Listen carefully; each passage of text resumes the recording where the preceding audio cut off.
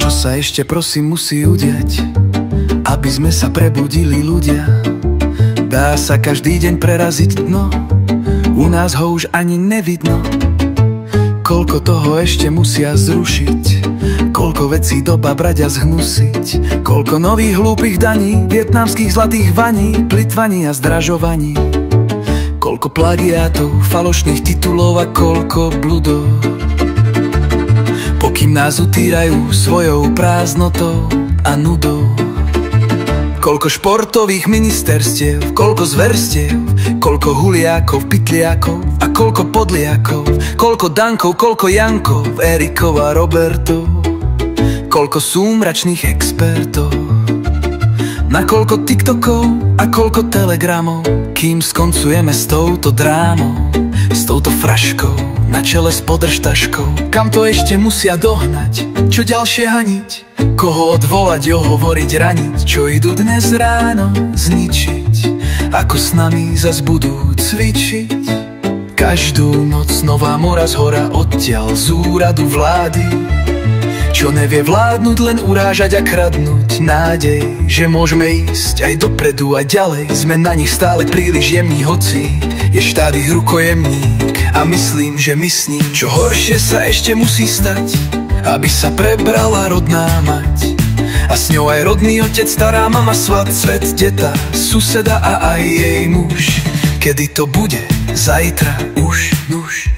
Stále viac o tom pochybujem, lebo tu príliš dlho žijem.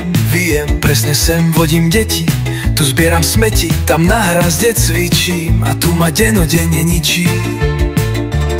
Keď čítam hlavné správy z Kremla, čo má zas nové ruská zemla, ktorá nás stále vníma ako svoju sféru, veru, šíri len zlo a nedôveru. Sféra vplyvu, vplyv sfér, tomu ver, sú to len bludy, najnižšie pudy.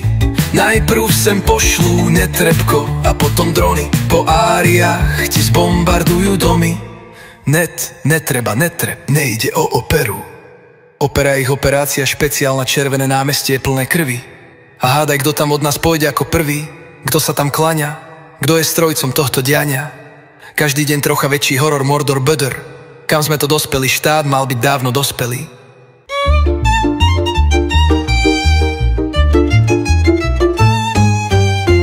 Koľko ľudí ešte musí odísť preč, aby im za nich aspoň stála reč. Už fakt sa nesprávajme korektne k tým, čo sa ich vkus ani nedotkne. Nie je hanba nevedieť, ale nechcieť vedieť.